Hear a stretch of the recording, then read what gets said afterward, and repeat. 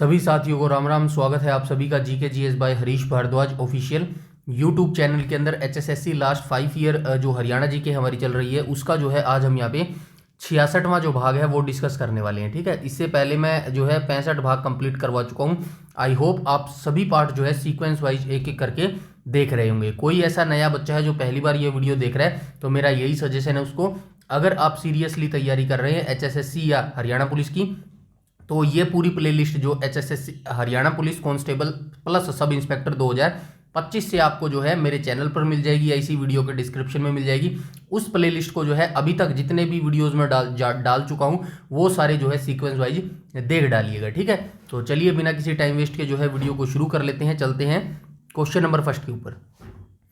Question number first में बोला गया है हरियाणा को डैश कहा जाता है। तो हरियाणा को क्या कहा जाता है? गेहूं की टोकरी बोला जाता है, फूलों की भूमि बोला जाता है, मंदिरों की भूमि बोला जाता है, या फिर पवित्र राज्य बोला जाता है। तो राइट ऑप्शन हो जाएगा ऑप्शन नंबर ए, हरियाणा को जो है भारत की गेहूं की टोकरी जो है बोला जाता है। ठीक है, इसके बाद हम आ जाएंगे क्वेश्चन नंबर सेकंड के ऊपर।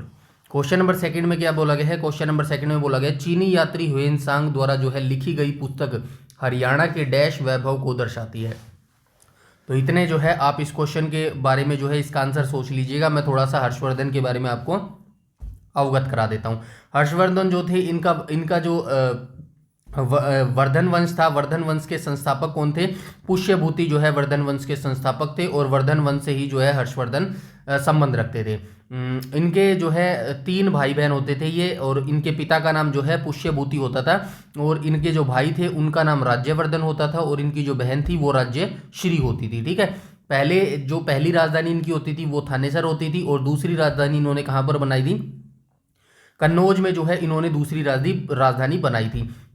इनके पिता की मृत्यु के बाद जो है इनके सिंहासन पर कौन बैठा था? इनका बड़ा भाई बैठा था, और उसके बड़े भाई की मृत्यु के बाद जो है सिंहासन पर कौन बैठे थे? हर्षवर्धन बैठे थे, जो कि 606 से लेके 647 तक जो है इन्होंने शासन किया था। हर्षवर्धन की अवधि अगर आपसे पूछी जाए तो 606 से 647 तक जो है ये गद्दी पर बैठे थे। ठीक है, 16 साल की मात्र उम्र होती थी इनकी 606 के आसपास। ठीक है, प्रथम राजधानी मैंने बता दी कुरुक्षेत्र थानेसर में, और दूसरी राजधानी कन्नौज ये कहां पर होती थी? तो ये उत्तर प्रदेश के अंतर्गत होती थी। ठीक है, और एक और क्वेश्चन पूछा जाता है भाई जो है दक्षिण जो भारत है ना वहां का किस जो है राजा ने जो है इनको हराया था? तो ये पुलकेशिन द्वितीय थे। ठीक है, पुलकेशिन द्वितीय ने जो है 618 ईस्वी में। ठीक है, ये आपको याद रखना, पूछा जाता है। 1 सेकेंड, पुलकेशिन सेकंड ने जो है 618 ईस्वी में नर्मदा नदी के तट पर जो है हर्षवर्धन को हराया था, और यही जो है हर्षवर्धन की सीमा भी होती थी। ठीक है, और जो है और ये जानकारी हमें कहाँ से मिलती है? ऐहोल अभिलेख से मिलती है। ठीक है, ऐहोल अभिलेख से। और ऐहोल अभिलेख को किसने लिखा है? तो ये रवि कीर्ति ने लिखा है। ठीक है, ये भी आप याद रखना, एक बार पूछा गया है क्वेश्चन। ठीक है, रवि कीर्ति के द्वारा ये लिखा गया है। ठीक है, ऐहोल अभिलेख किसके द्वारा लिखा गया है? रवि कीर्ति जी के द्वारा लिखा गया है। और इनके दरबार में जो है कौन से आए थे? विदेशी पर्यटक थे, कौन से आए थे हर्षवर्धन के दरबार में? तो ये ह्वेनसांग ही जो है इनके दरबार में आए थे। ठीक है, ये चीनी यात्री था, ह्वेनसांग इनके दरबार में आया था। और इसका जो हर्षवर्धन थे, हर्षवर्धन के दरबारी कवि कौन होते थे? बाण भट्ट जो है इनके दरबारी कवि होते थे। ठीक है, बाण भट्ट जो इनके दरबारी कवि होते थे। उसके बाद इनकी कुछ पुस्तकें भी लिखी हैं, वो हम देख लेंगे आगे, कोई दिक्कत नहीं है।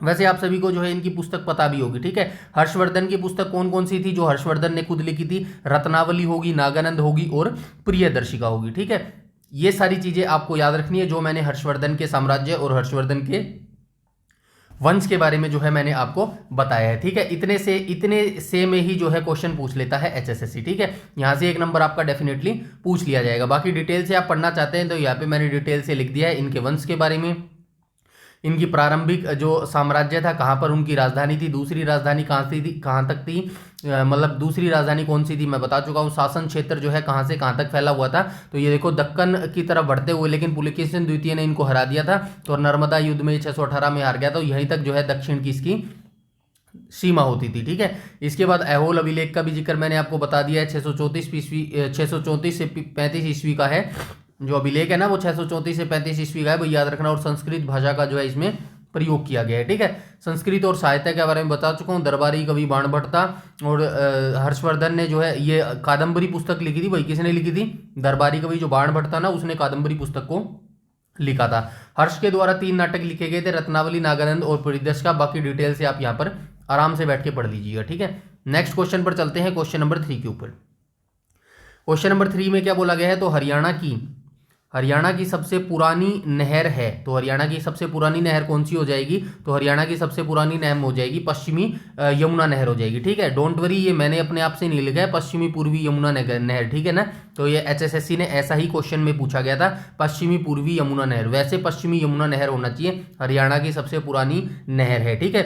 पश्चिमी यमुना नहर हरियाणा की सबसे पुरानी और प्रमुख नहर है। यह हरियाणा के नदी के पश्चिमी किनारे में यमुनानगर जिले से ताजेवाला नामक से स्थान से निकाली गई है। ये याद रखना, ताजेवाला, ठीक है।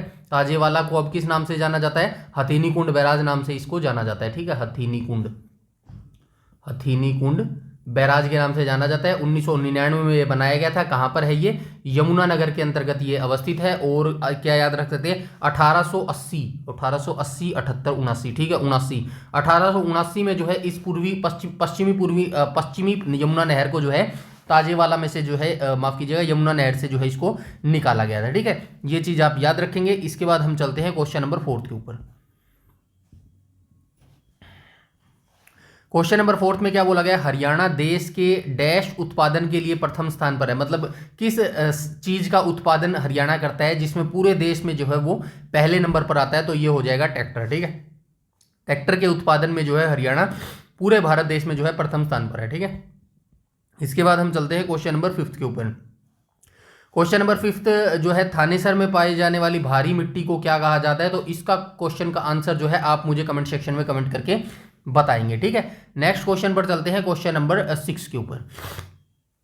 क्वेश्चन नंबर 6 में बोला गया है, नवंबर 1966 में हरियाणा राज्य बना, जो पंजाब और हरियाणा उच्च न्यायालय के मुख्य न्यायाधीश कौन थे। तो मैं इस क्वेश्चन को बारे में अनगिनत बार बता चुका हूं, इसीलिए जो है आई होप आपको ये क्वेश्चन रट गया होगा, ठीक है। 1947 में आपको याद रखना है, 1947 में इसके जो Punjab and Haryana high court के न्यायाधीश थे वो कौन होते थे, रामलाल होते थे, ठीक है। ये पूछा गया है 1947 के। अभी आपसे क्या पूछा गया, 1966 में पूछ लिया गया, 1947 में भी आपसे पूछ रहा है, ठीक है। 1966 में कौन था, 1966 में मेहर सिंह था, ठीक है। मेहर सिंह था, ठीक है, मेहर सिंह था। और सर्वप्रथम जो है इसके कौन मुख्य न्यायाधीश होते थे, तो शादीलाल होता था, ठीक है, शादीलाल होता था। अगर प्रथम मैं Punjab and Haryana high court के मुख्य न्यायाधीश की बात करूँ ना, तो यहाँ पे लिख देता हूँ प्रथम, ठीक है। प्रथम कब बने थे, ये 1913 में बने थे, ठीक है। ये चीज आप याद रखेंगे, ये पहले की मैं बात बता रहा हूँ। वैसे आई नो आप सभी सोचते होंगे कि Punjab and Haryana high court का गठन तो यार 1919 अधिनियम के तहत 1919 में हुआ था। लेकिन भाई ये पंजाब और हरियाणा जो हाई कोर्ट था ना, ये Punjab and Haryana high court सबसे पहले क्या बना था, लाहौर उच्च न्यायालय बना था, ठीक है। और लाहौर उच्च न्यायालय से पहले, लाहौर उच्च न्यायालय कब बना, 1919 में बना था।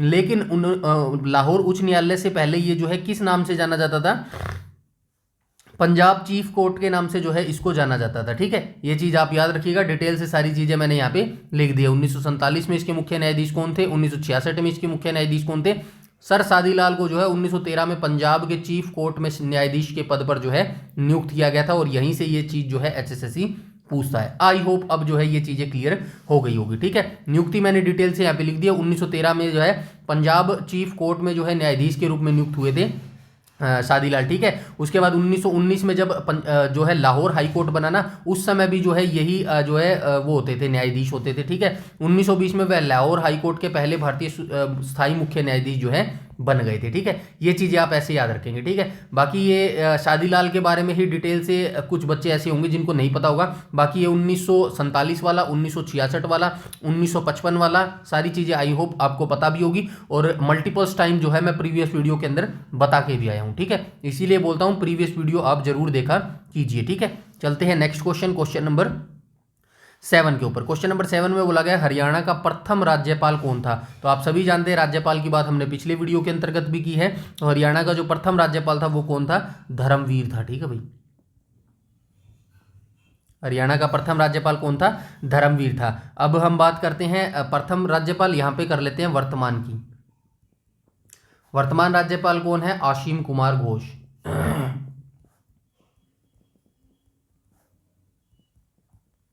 अब सर्वाधिक लंबा कार्यकाल किसका रहा है, लंबा कार्यकाल राज्यपाल की बात करें तो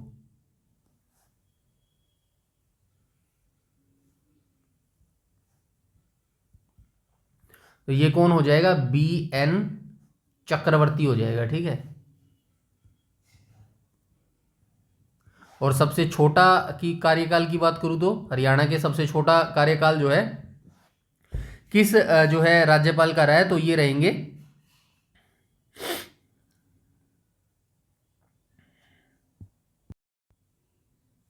ठीक है। चलते हैं नेक्स्ट क्वेश्चन, क्वेश्चन नंबर 8 के ऊपर। क्वेश्चन नंबर 8 में क्या बोला गया है, तो क्वेश्चन नंबर 8 के अंतर्गत बोला गया है हरियाणा भाषा में अमृतवाणी की रचना किसने की है। तो हरियाणवी भाषा में जो अमृतवाणी की रचना है यह संत गरीबदास के द्वारा की गई है। ठीक है। और इनका जन्म कहाँ पर हुआ था संत गरीबदास का, तो ये छुड़ानी गांव है झज्जर के अंतर्गत। ठीक है। छुड़ानी गांव झज्जर में जो है संत गरीबदास जी का जन्म हुआ था। इसके बाद हम चलते हैं क्वेश्चन नंबर 9 पर। क्वेश्चन नंबर 9 में क्या बोला गया है, 1833 में ब्रिटिश ने हरियाणा में संबंधी एक नए उत्तर पश्चिमी प्रांत का गठन किया जिसका मुख्यालय डैश में था। तो इसका मुख्यालय कहाँ पर था, आगरा में था। ठीक है। इस क्वेश्चन को डिटेल से पढ़ लीजिएगा और एक्सप्लेनेशन में मैंने नीचे डिटेल से डाल दिया है। फिर भी जो है बेसिक ऊपर का मैं आपको बता देता हूं। अब सभी जानते हैं 1803 में क्या हुआ, सरजी अर्जन की जो है संधि हुई थी। ठीक है। सुरजी अर्जन गांव की जो है संधि हुई थी 1803 में। और ये किस किस के बीच में हुई थी, मराठा के जो मराठा और अंग्रेजों के बीच में जो है ये संधि हुई थी। ठीक है। दौलतराव सिंधिया जो थे ना मराठाओं के, इसके और अंग्रेजों के बीच में हुई थी। और इसने जो है इस संधि के तहत मराठों ने जो है दिल्ली, आगरा और हरियाणा के क्षेत्रों सहित जो है उत्तरी प्रदेश को जो है अंग्रेजों को सौंप दिया था। 1803 में जो है ये अंग्रेजों के नियंत्रण में आ गया था। ठीक है। ये लेकिन पूर्ण नियंत्रण में नहीं आया था भाई, अंग्रेजों के नियंत्रण में।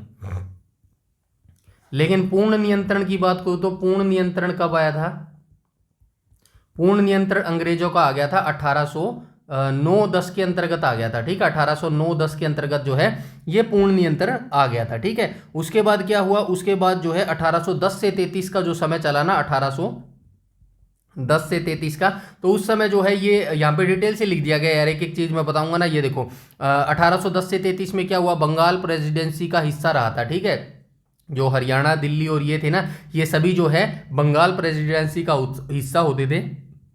इस अवधि के दौरान हरियाणा का क्षेत्र आधिकारिक तौर पर बंगाल प्रेसिडेंसी कलकत्ता मुख्यालय का हिस्सा था। इसे दिल्ली क्षेत्र कहा जाता था। ठीक है। 1833 में क्या हुआ, उत्तरी पश्चिमी प्रांत में विलय कर दिया गया। चार्टर अधिनियम 1833 के प्रावधानों के अनुसार प्रशासन को बेहतर बनाने के लिए नए उत्तर पश्चिमी प्रांत जो है का गठन कर दिया गया। हरियाणा के क्षेत्र को जो है बंगाल से अलग करके इस नए क्षेत्र उत्तर पश्चिमी प्रांत में जो है मिला दिया गया, जिसका मुख्यालय राजधानी आगरा था। ठीक है। 1858 में पंजाब में प्रांत में विलय। इसके बाद की कहानी आप सभी जानती हैं। ठीक है। बस ये 1833 वाला कुछ बच्चे होंगे जो शायद ना जानते हो, बाकी हरियाणा के सभी बच्चे जो है इंटेलिजेंट है। आई नो आप सभी जो है जानकारी जानते होंगे, बट बार बार मेरा बताने का ये मतलब है कि चीजें आपके दिमाग में जो है छप जानी चाहिए। ठीक है।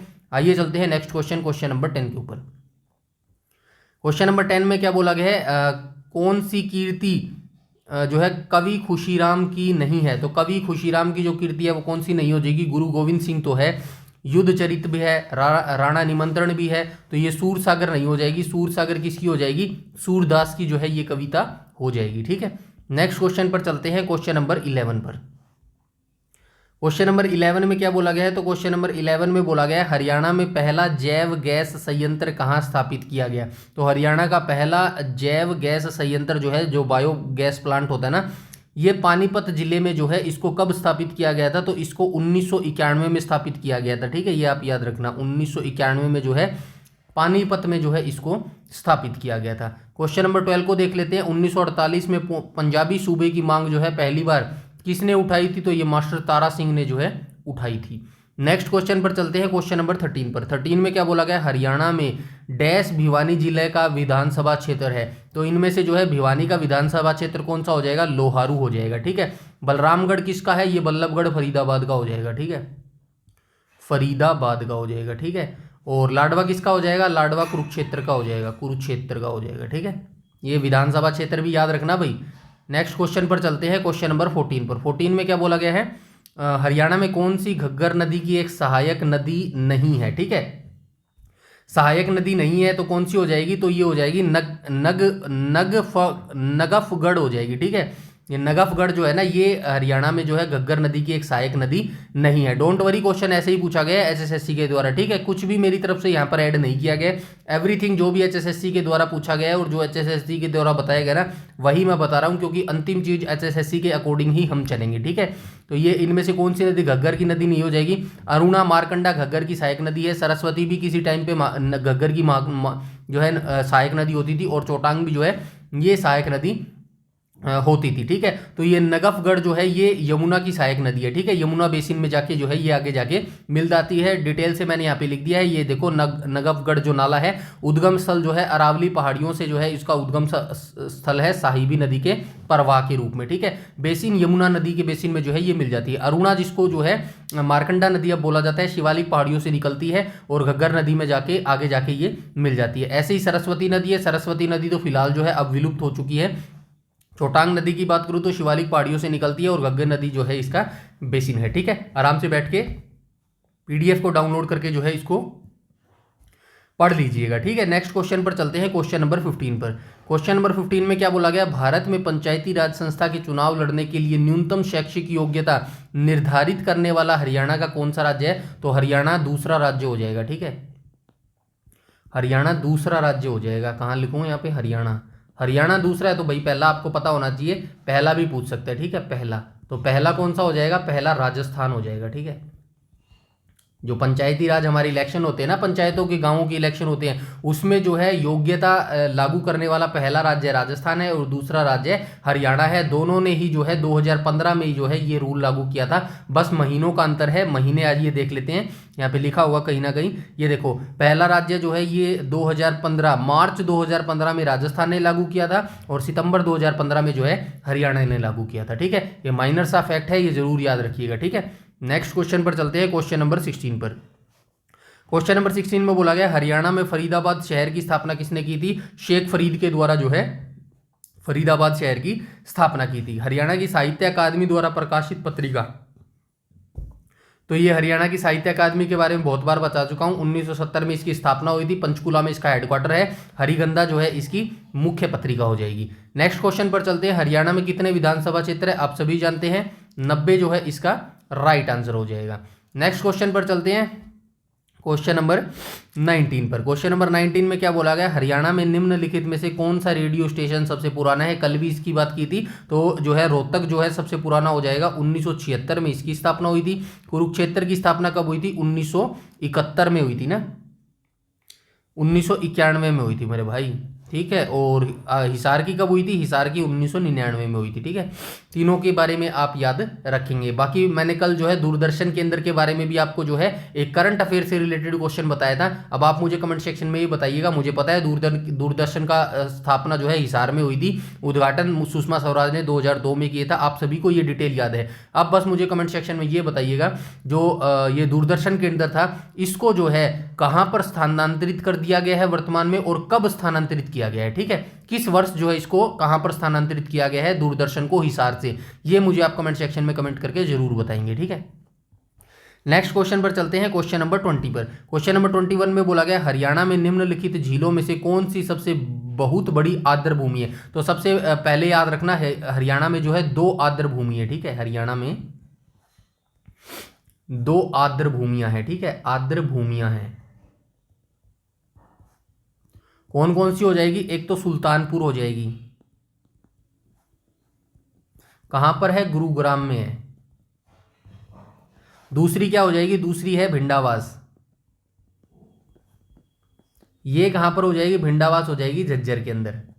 और इन दोनों को ही जो है आर्द्र भूमि का दर्जा कब मिला है, 2021 में जो है इन दोनों को ये दर्जा जो है रामसर साइट का मिला है। नेक्स्ट क्वेश्चन पर चलते हैं, क्वेश्चन नंबर 21 पर। क्वेश्चन नंबर 21 में बोला गया, निम्नलिखित में से कौन हरियाणा में बल्लभगढ़ का शासक था और भारत के स्वतंत्रता संग्राम में सक्रिय रूप से शामिल था। तो ये हो जाएंगे राजा नाहर सिंह हो जाएंगे। ठीक है, इसके बाद इनको फांसी भी दे दी गई थी। 1857 की क्रांति के दौरान जो है दिल्ली और हरियाणा के आसपास के क्षेत्रों में अंग्रेजों के खिलाफ महत्वपूर्ण भूमिका निभाई थी राजा नाहर सिंह ने। अंग्रेजों ने उन्हें पकड़ लिया था और 9 जनवरी 1858 को दिल्ली के लाल किले के सामने जो है इनको फांसी दे दी गई थी। और आपसे ये भी पूछा जा सकता है इनके नाम पर जो है नाहर सिंह स्टेडियम कहां पर अवस्थित है, तो हरियाणा के फरीदाबाद जिले के अंतर्गत जो है ये नाहर सिंह स्टेडियम अवस्थित है। ठीक है, तो आगे चलते हैं नेक्स्ट क्वेश्चन। तो नेक्स्ट नहीं है, तो इतने ही क्वेश्चन थे। ये टोटल 19 क्वेश्चन जो है हमने यहाँ पे डिस्कस किए हैं। तो आप कमेंट सेक्शन में जरूर बताइएगा इन 19 क्वेश्चनों में से जो है कितने आपने जो है बिल्कुल करेक्ट किए हैं। बाकी आप मेरे मोटिवेशन के लिए वीडियो को लाइक कीजिएगा और शेयर कीजिएगा। ठीक है, वीडियो को शेयर कीजिएगा अपने दोस्तों के साथ, भाइयों के साथ और बहनों के साथ। और चैनल पर पहली बार विजिट कर रहे हैं तो चैनल को सब्सक्राइब कर लीजिएगा और बेल आइकन बटन को टैप कर लीजिएगा ताकि समय पर आपको सारी नोटिफिकेशन मिलती रहे। ठीक है, और कोई अगर आपका डाउट, क्वेरी या सजेशन है एचएसएससी के रिगार्डिंग, हरियाणा पुलिस के रिगार्डिंग या फिर सीईटी मेंस किसी के भी रिगार्डिंग अगर आपका कोई डाउट है, क्वेरी है, तो आप कमेंट सेक्शन में जो है कमेंट करके बता सकते हैं। ठीक है, इस वीडियो में इतना ही, तब तक के लिए धन्यवाद।